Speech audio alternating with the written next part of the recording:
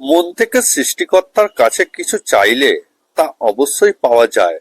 মনে রেখো, চারপাশের প্রতিটি দরজা বন্ধ হলেও ঈশ্বর তোমার জন্য একটা দরজা অন্তত সর্বদা খোলা রাখবেন।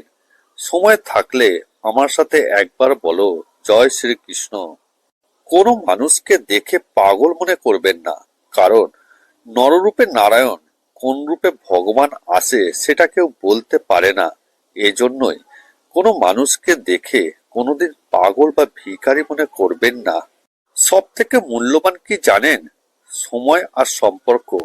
সময় তাকে দিন যে সময়ের মূল্য বোঝে, আর সম্পর্ক তার সাথেই রাখা উচিত যে আপনার গুরুত্ব বোঝে।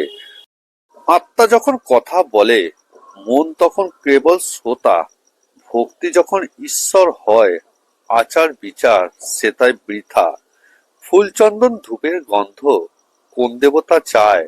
আত্মা যখন আত্মীয় হয়ে ঈশ্বরে বিলীন হয়। উপরে উঠতে চাও, আগে নিজেকে হালকা করো। নিজের ভেতরে সব অহংকার টেনে বের করে দাও, আর প্রভু শ্রীকৃষ্ণের চরণে নিজেকে অর্পণ করে দাও। তোমার সব ইচ্ছা পূরণ হবে।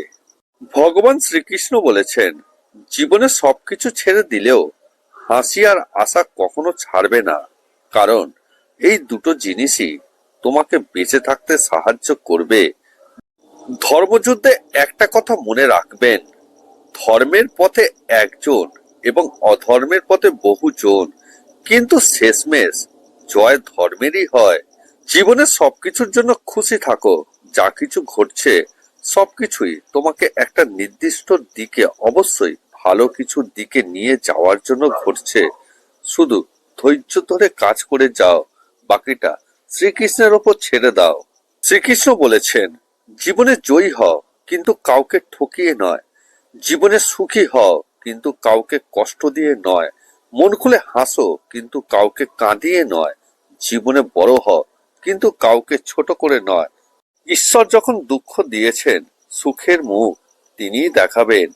তুমি শুধু তাকেই ডাকো, তোমার সব আশা পূর্ণ করবে।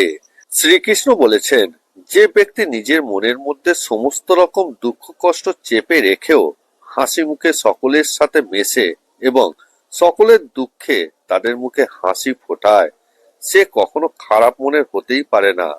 শ্রীকৃষ্ণ বলেছেন, যার কথা তুমি সবসময় চিন্তা করো, যাকে না দেখলে তোমার দিন কাটে না, যাকে দেখার জন্য তুমি প্রহরের পর প্রহর অপেক্ষা করো, যার কষ্টের কথা ভাবলে তোমার চোখে অশ্রু আসে, মনে রাখবে তার মনেও তোমার জন্য একই জায়গা আছে।